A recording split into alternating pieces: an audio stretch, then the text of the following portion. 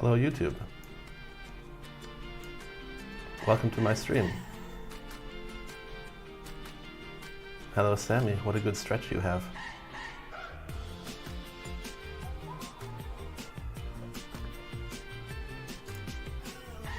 Today I am here to learn about Buddhism. Wow, the date's wrong. I'll fix that now.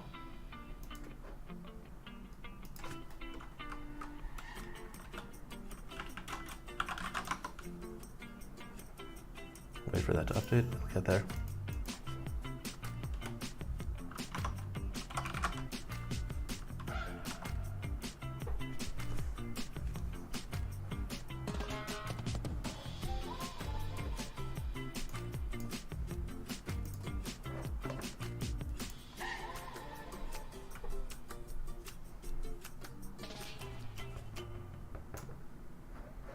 Okay.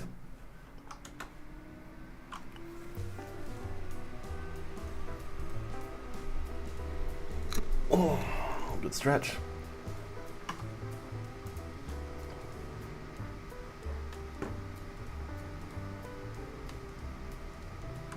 Not sure I'm into this song right now.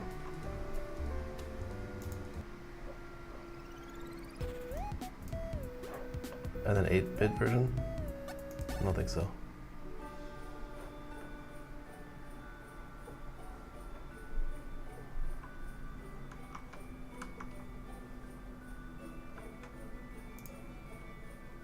Can I filter out holiday? I don't know if I can.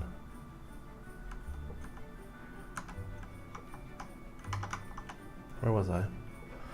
Yes, I am reading Buddhism for Beginners by Judith Yandel.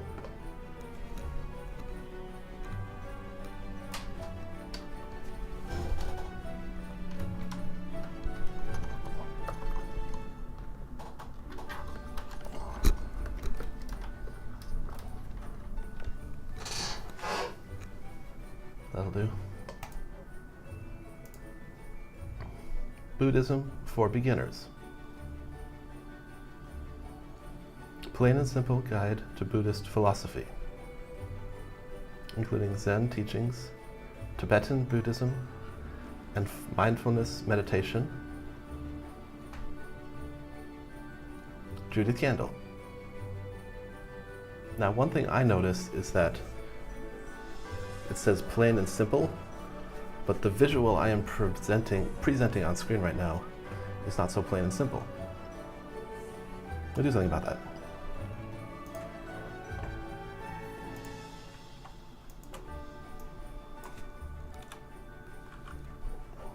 Actually, we're just going to go here, and then from over here I can insert one.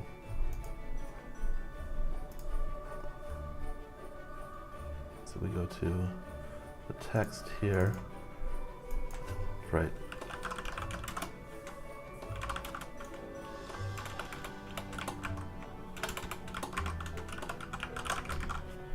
Right, Buddhism for Beginners, because that's what we're doing.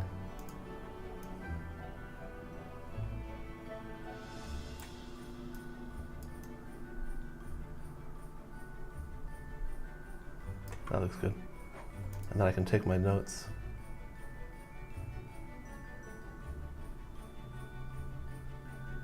Wait, how can I? Oh, I can't. Okay, that's fine.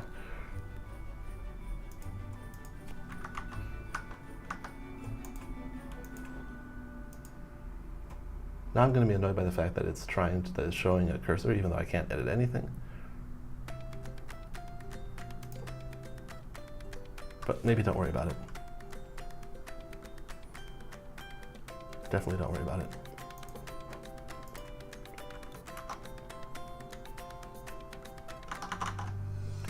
So,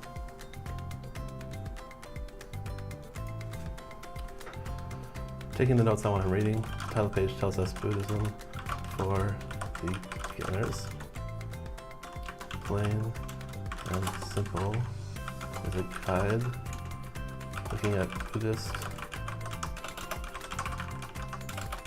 philosophy, includes Zen, Tibetan Mindfulness. This is by Judith Yandel. I don't love that it... Is it going to update this? I might have opened up the wrong notes there.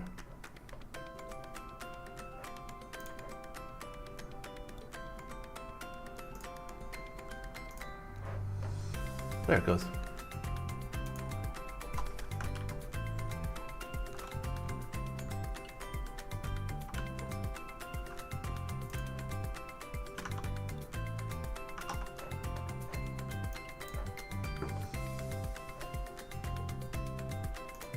I feel like the music could be a little quieter relative to me. I don't want it to be too quiet, not too quiet, but wait, select stream. It's the live one. Wait, it says it's offline. Why does it say it's offline?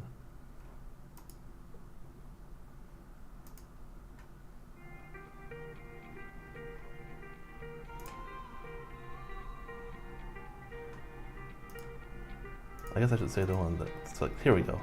Now it says excellent and it says the information's good. Okay, let's see if we can make it past the title page. Although the title page is an important page. Copyright 2019, all rights reserved. There's a statement here about it not being legal to reproduce, which makes me wonder, can I reproduce the legality statement about not reproducing? I don't know. But I'm not going to sit here and read the whole book. I'm not going to sit here and type it out word for word because, you know, reproduction and copyright and stuff. What I'm going to do is I'm going to read it and then take some time and attention to take notes and to tell you all what I'm learning. That's what I'm doing on the stream today, at least for a while. So we have chapters on origins of Buddhism, primary Buddhist principles and teaching, Buddhism numbers, including 3, 4, 5, then perfections of Buddhism, and mindfulness meditation doesn't come until chapter 7, which is interesting. Chapter 8 on karma, chapter 9 on rebirth, and chapter 10 on bringing Buddhism into your everyday life, which is, for me, kind of the main, that's why I'm reading this book. Let's say it that way. Okay, I'm now reading the introduction.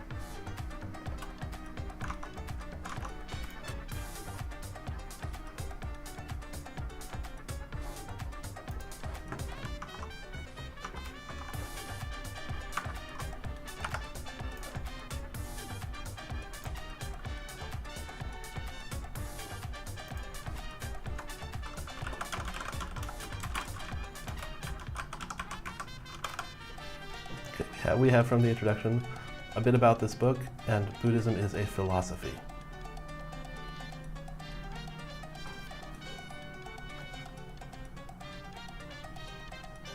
It also says Buddhism is a way of life.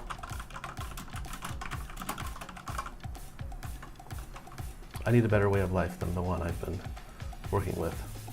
Need a better life operating system.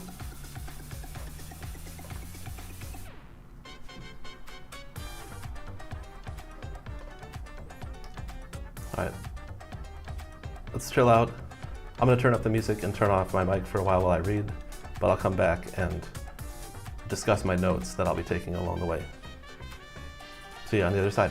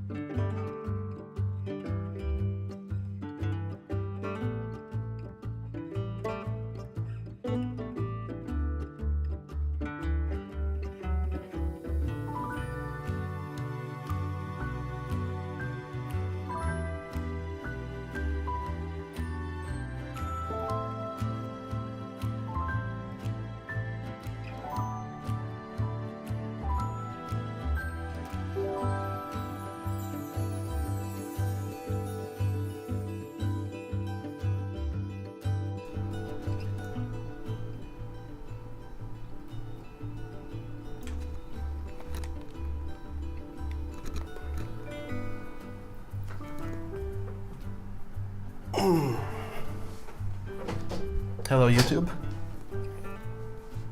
I have read the the introduction. It was fairly short. Oh, there goes Sammy. I will talk briefly about the book, that it is a guide to Buddhism. That's really enough to say about that one.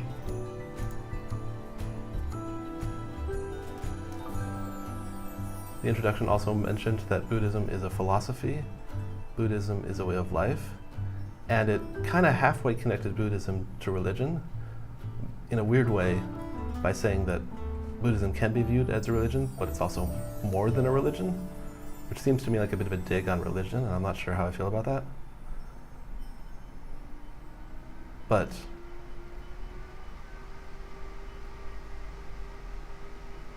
I'm not sure how I feel about that.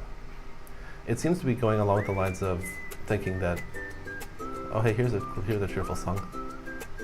It seems to be saying that because Buddhism is a way of life and a philosophy to follow, that makes it somehow more than traditional religions, which are, I don't know, when I hear traditional religion, when I hear traditional religion, I just think, let's turn off this preview, it's getting in my distraction. Okay, when I think traditional religion, I think going to church on Sunday, sitting in the pews and half listening, and then going home and forgetting about it. That's maybe not a very charitable view of traditional religion, but that's kind of how I see it. I also think about the times in the Middle Ages when most of the population couldn't speak the language that the Bible was being read in. And in that case, yeah, religion was less about a personal practice for the individual layperson and more about, well, what was it about? I don't know. That's interesting to think about, though. Now, moving back. Oops, I wanted to go talking head on that one. Moving back.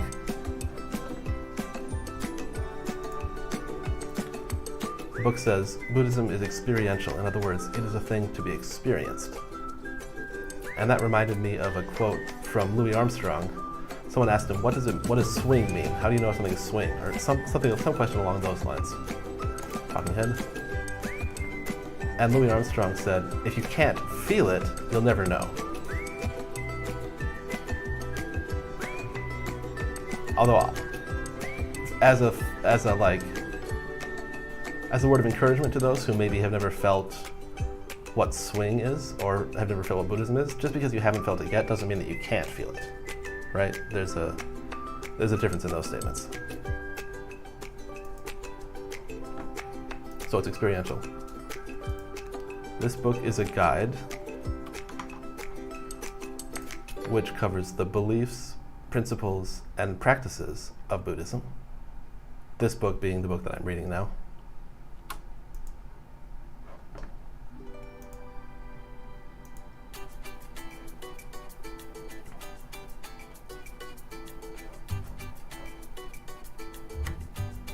The book promises that Buddhism will change your life if you choose to follow the path of the Buddha.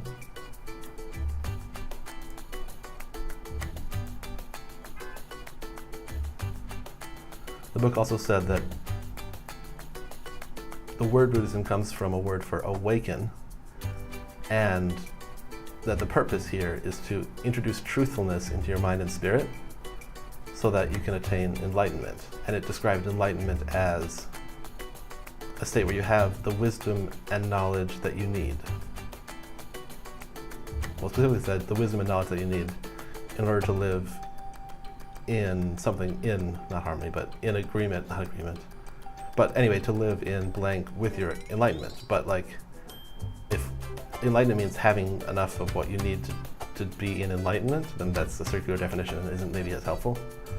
But anyway, it's the wisdom and understanding that you need. There are various schools of Buddhism. This book mentions that it will cover Zen and Tibetan Buddhism. And now I'm ready to move forward to read chapter 1 of the book.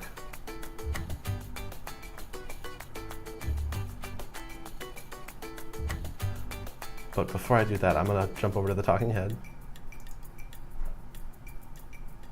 and say to you, why am I reading a book on Buddhism? It actually goes back to something I said in a recent video on my channel. Oh gosh, this is so cheerful. I don't get it. Why is it so cheerful when I don't feel cheerful? I want some moody jazz to cover like what I'm talking about. Oh, there goes Sammy. Genre. Take away the happy filter. Genre.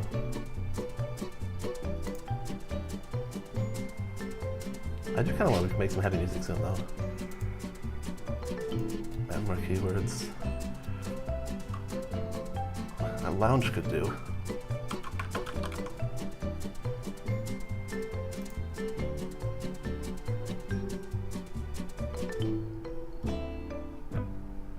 Okay, let's try this music.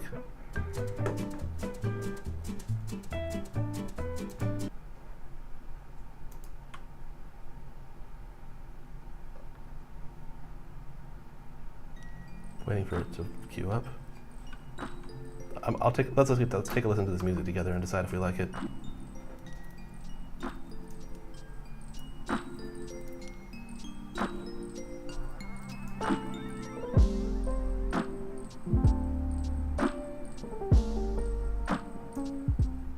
I'm feeling kind of jazzy lo-fi more than jazz, but I'm okay with that.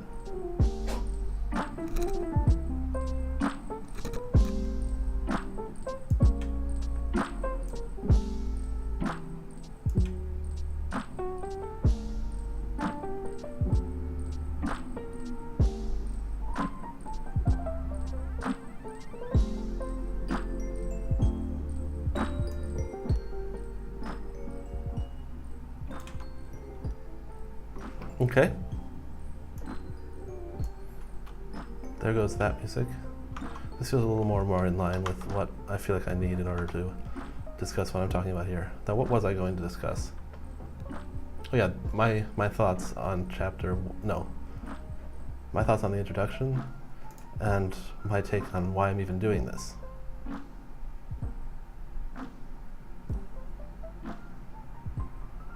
But I feel kind of too tired to pull this information out of my mind and form a narrative for you right now. So I'm gonna go back to this view and get set up to read and take notes about the introduction.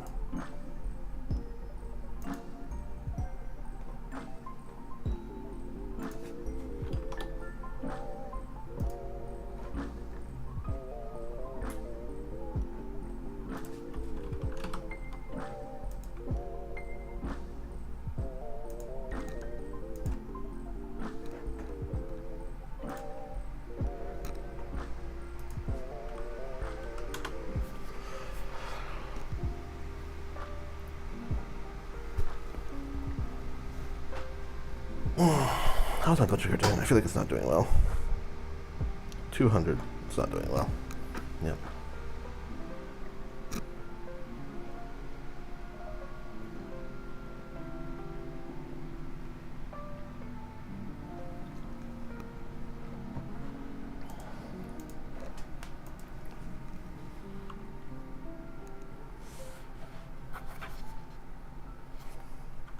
Chapter 1 has the title Origins of Buddhism. There is always a starting point. Let's go to music mode. I'll mute my mic.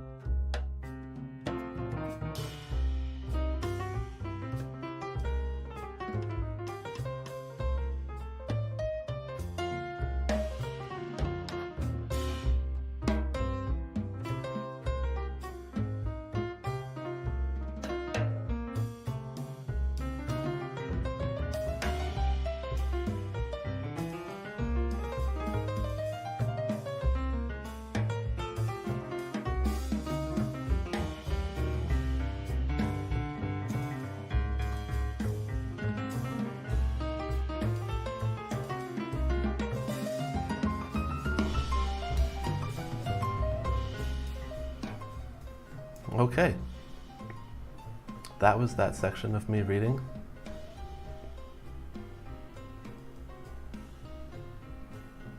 Let me review it and tell you what I've been reading.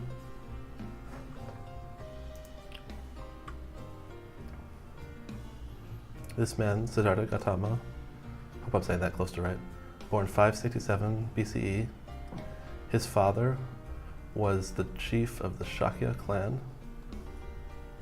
When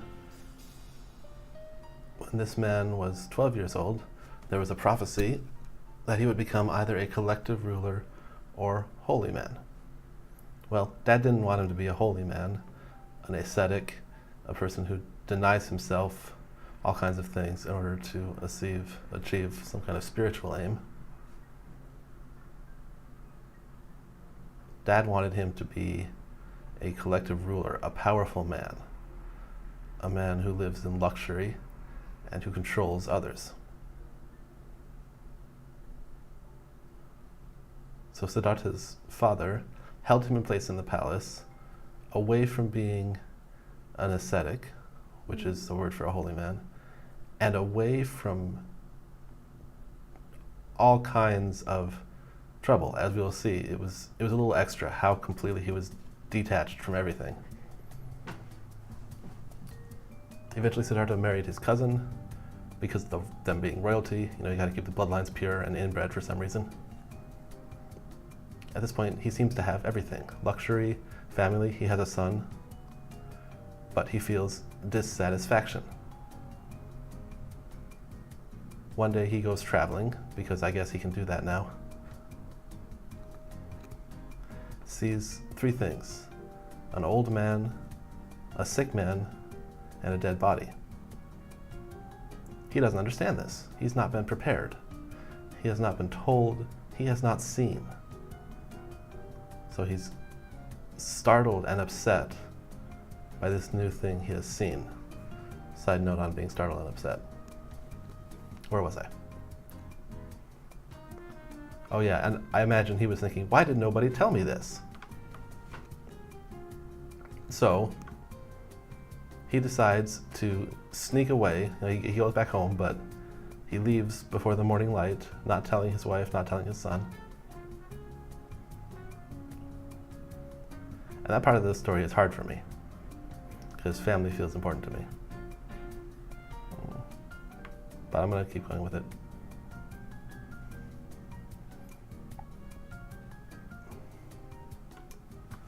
He joined a group of, I think all men, but I'll say people, a group of people searching for some spiritual aim. He learned from someone named Arada Kalama on the subject of emptiness of mind, but it did not deliver what Siddhartha was looking for. He learned from Udraka Ramapatra about a practice involving concentration. It did not give the results that Siddhartha was looking for. Indeed, he studied from a great number of teachers and philosophies and remained dissatisfied.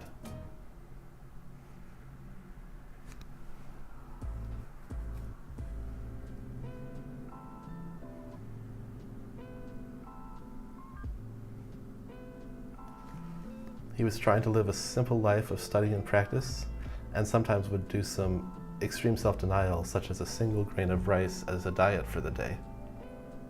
But eventually, he decided that this wasn't going to get him where he so deeply wanted to go. So he gives up asceticism. Some while later, a woman in a village gives him honey and milk, and something about that like kicks up or changes behavior or something. Giving up asceticism. Yeah, right, the honey and milk. Seeing kindness and pleasure, it's almost like it brought him back from being too far in the ascetic direction. Now, the Bodhi tree. We'll just leave that one untouched. This was Siddhartha's time to turn inward and to sit for 6 days and contemplate. until he realizes and becomes the awakened one, and says, "Wonder of wonders, this very enlightenment is the nature of all things, and yet they are unhappy for lack of it." So he seems to be saying the thing that he discovered exists in everyone. Maybe even more than everyone. I'll talk about that later.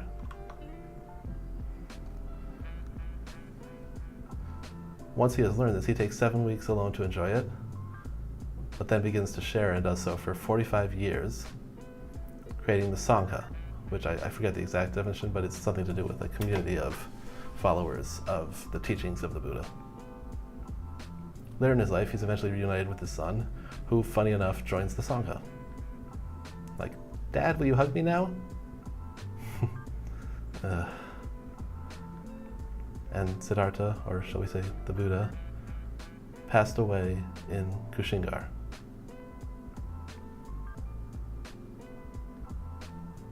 Thank you for watching this segment of the stream. I'm going to go into a little bit of break mode while turning up the music and turning off my mic. Yeah, here we go.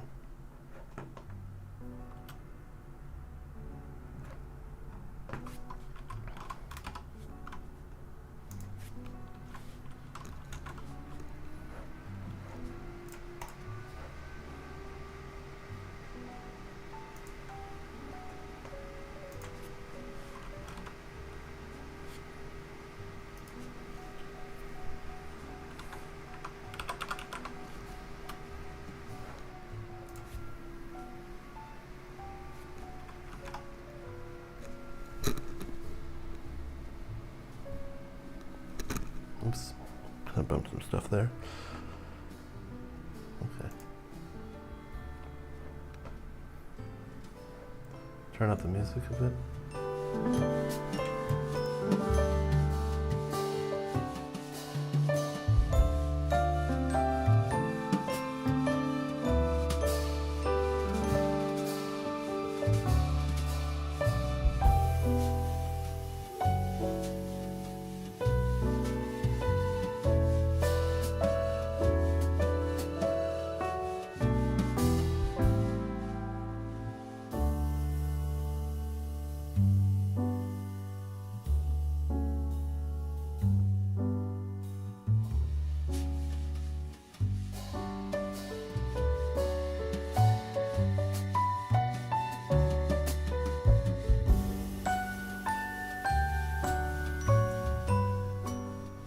Nice little tune, that. Nice little tune. And I believe I've done enough of the stream for today. I'm feeling kind of tired and I want to save energy for other things, and maybe I should have stayed in bed a little bit longer than I did.